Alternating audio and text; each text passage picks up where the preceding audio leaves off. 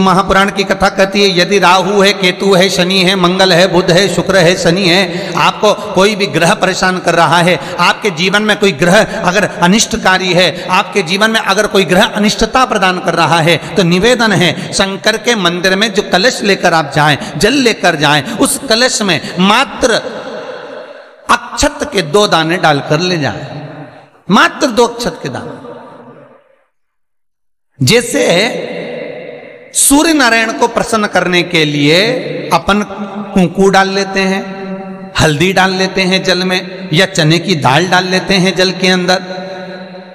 सूर्य नारायण को प्रसन्न करने के लिए हमने चने की दाल डाली, कुंकू डाला, हल्दी डाली, और कभी कभी सूर्य नारायण भगवान से बहुत जरूरी काम है और वो कार्य हो ही नहीं रहा है, या तन पर कोई रोग हो गया है, तो उसको मिटाने के लिए कई बार हमने भगवान सूर्य को अर्घ देते समय सफेद फूल भी डाला है, कभी लाल फूल भी डाला है।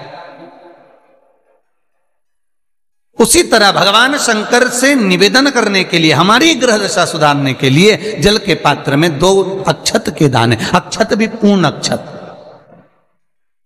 पूर्ण अक्षत, खंडित नहीं, पूर्ण अक्षत भगवान शंकर को समर्पित कर दें। और बाबा भोलेनाथ को जब हम जल समर्पित करें तो राहु, केतु, मंगल, शनि, शुक्र, बृहस्पति जितने ग्रह हैं सब अनुकूल हो जाते हैं महाराज, सब अनुकूल। इतना बड़ा दर्पण जिसमें मुंह देखते हो आप, मुख, इतना बड़ा दर्पण लिया।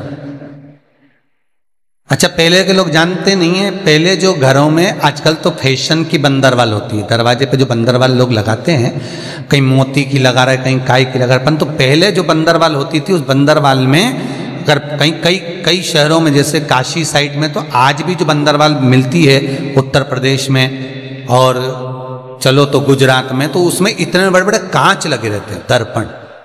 उसका क्या महत्व है, उसकी मूलता क्या है? शिव महापुराण की कथा कहती है दर्पण इतना बड़ा ले लो, बंदरवाल अगर दर्पण वाली नहीं तो इतना बड़ा दर्पण लो, हनुमान जी के मंदिर में जाकर, क्योंकि हनुमान शंकर का ही अवतार है, हनुमान जी के मंदिर में जाकर हनुमान जी के उल्टे पांव का थोड़ा सा सिंदूर, चरण का थोड़ा सा सिंदूर एक कागज में लेकर आ जाइए, और हनुमान जी के छोटे भाई, हनुमान जी 6 भाई हैं, उसमें गतिमान, हनुमान जी के छोटे भाई गतिमान का नाम लो, और गतिमान का नाम लेकर उस दर्पण पर सिंदूर से त्रिशूल बना दो, सिंदूर से त्रिशूल बनाकर उस दर्पण को घर के बाहर, दर्पण का मुख बाहर की ओर, ऐसे बाहर की ओर मुख कर कर दर्पण को घर के बाहर या दरवाजे पर, बिल्डिंग पर, ऊपर जाली में, फ्रंट में, कहीं पर भी उसको लगा दीजिए। महाराज केवल शंकर का स्मरण कर कर, गतिमान का नाम लेकर, हनुमान के उल्टे पांव का सिंदूर का त्रिशूल बनाकर जो दर्पण को लगा देता है, आपको 1 महीने के अंदर अंतर मालूम पड़ जाएगा कि पिछले जो महीने निकले हैं उस महीने का अंदाजा लगाना कि घर में लोग कितने बीमार पड़ते थे, और इस दर्पण को लगाने के बाद बीमारी कम हुई कि नहीं हो कम तो ठंडा कर देना, क्या जा रहा है, पर करके जरूर देखना, विश्वास रखकर करोगे, भगवान शिव का अनुमोदन कर कर, भगवान शंकर पर विश्वास रखकर करोगे तो बीमारी घेर नहीं सकती। अकाल मृत्यु वो मरे जो काम करे चंडाल का, काल उसका क्या बिगाड़े जो भक्त हो महाकाल का। शंकर की आराधना करने वाला, शिव का स्मरण करने वाला, शिव का निवेदन करने वाला, शिव अर्चना में डूबने वाला, शिव का अनुमोदन करने वाला कभी दुखी नहीं हो सकता। बन सके तो बेलपत्र और समी पत्र शंकर को चढ़ाना है, 5 बेलपत्र, 11 समी पत्र। बन सके 108 चावल के आखे दाने ओम नमः शिवाय जप कर शिव को समर्पित करना। महाराज दुख तकलीफ ज्यादा है, रोग बीमारी ज्यादा है, तो पानी में लाल चंदन घोलकर, लाल फूल डालकर, बेलपत्री के पेड़ के नीचे। कई लोग कहते हैं गुरुजी क्या दूध चढ़ाना जरूरी है शंकर पर? कई लोग कहते हैं गुरुजी क्या दही चढ़ाना जरूरी है शंकर पर? शहद चढ़ाना जरूरी है? घृत चढ़ाना जरूरी है? शक्कर चढ़ाना जरूरी है? शिव महापुराण की कथा कहती है 5 चीजें शंकर भगवान पर चढ़ती है। दूध अर्थात घर में लक्ष्मी की वृद्धि करता है, इसलिए चढ़ाया जाता है। दही शंकर भगवान पर इसलिए चढ़ाते हैं क्योंकि यह परिवार को जोड़ता है। जिसके परिवार में क्लेश ज्यादा होता है, जिसके परिवार में आपस में तकरार ज्यादा होता है, उसको दही जोड़ता है। शहद घर में चिड़चिड़ प्रवृत्ति को समाप्त करता है। घी रोग को समाप्त करता है। शक्कर मिष्ठान घर में यदि लक्ष्मी आकर जा रही हो तो मिष्ठान समर्पित किया जाता है। इसलिए पंचामृत स्नान का भाव शिव महापुराण कहती है। पंचामृत स्नान का भगवान, इसलिए 5 चीजें शंकर को समर्पित हैं। दूध, दही, घृत, शहद, शक्कर अर्थात मिष्ठान। शक्कर से मूलतः यहां शिव महापुराण में शक्कर नहीं लिखी है, मिष्ठान। अब लोग शक्कर पीस कर अभिषेक करते हैं, परंतु मिष्ठान अर्थात गाय के दूध से निर्मित कोई मिठाई, और उस मिठाई से भगवान शंकर का अभिषेक। अब लोग भले शक्कर रखने लगे शंकर जी के अभिषेक में, पर यहां शक्कर नहीं लिखा है, यहां मिष्ठान।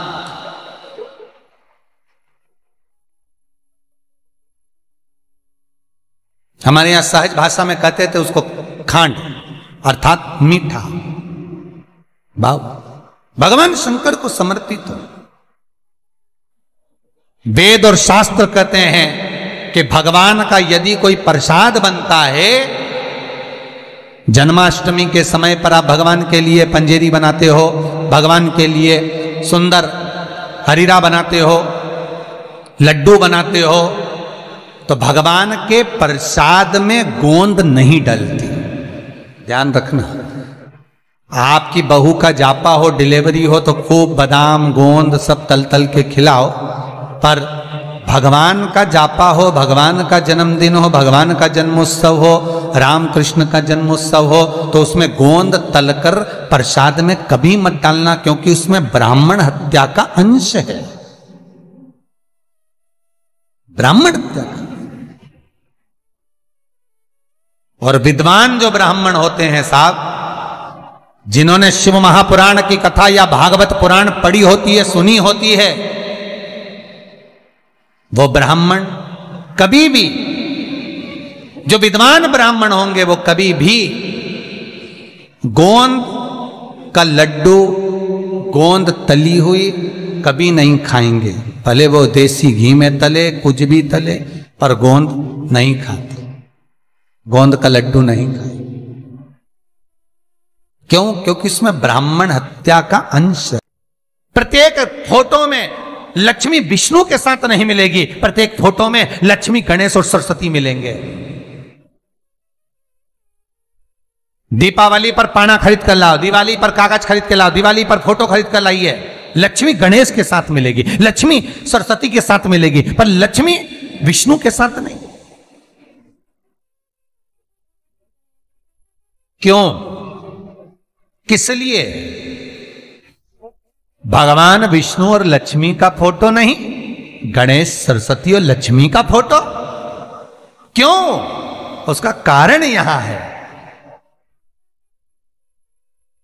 पार्वती जी ने गणेश जी को लक्ष्मी की गोद में दे दिया। ले, आज से तू पूर्ण लक्ष्मी हो गई। ये सरस्वती तुझे लेकर आई है, इसकी साक्षी में मैं अपनी औलाद गणेश, अपना पुत्र गणेश तुझे गोदी देती। जा, तेरी गोद में गणेश बैठ गया, तो तू पूर्ण कहलाए। इसलिए हिंदू धर्म में दिवाली के दिन विष्णु और लक्ष्मी का फोटो नहीं, गणेश, लक्ष्मी, सरस्वती का फोटो क्यों पूजा जाता है?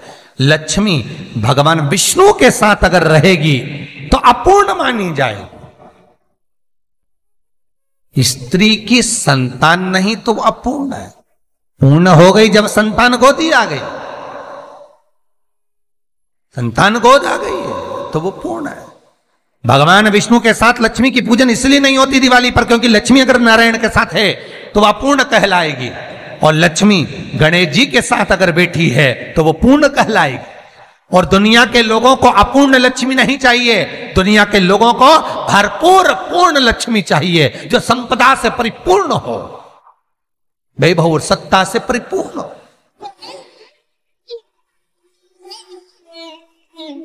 और लक्ष्मी और गणेश की पूजन के साथ में सरस्वती का पूजन इसलिए होता है क्योंकि माता सरस्वती ने लक्ष्मी को पूर्ण बनवाया है। माता सरस्वती की साक्षी में लक्ष्मी पूर्ण हुई है।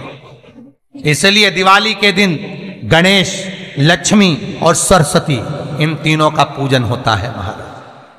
कई माताएं कहती है गुरुजी मेरा पति तो मंदिर ही नहीं जाता, गुरुजी मेरा पति तो भजन ही नहीं करता, मेरा पति तो कभी मंदिर जाता ही नहीं है, मेरा पति तो कभी शंकर को जल ही नहीं चढ़ाता, मेरा पति तो कभी शंकर के अनुमोदन ही नहीं करता। आपसे निवेदन है नहीं करता मत करिए, आप तो कर रहे हो ना। बहुत है, दूसरों से आशा ना रखिए। आप कर रहे हो बहुत है, आपका पुण्य मिले वो बहुत है। करो, आप करो।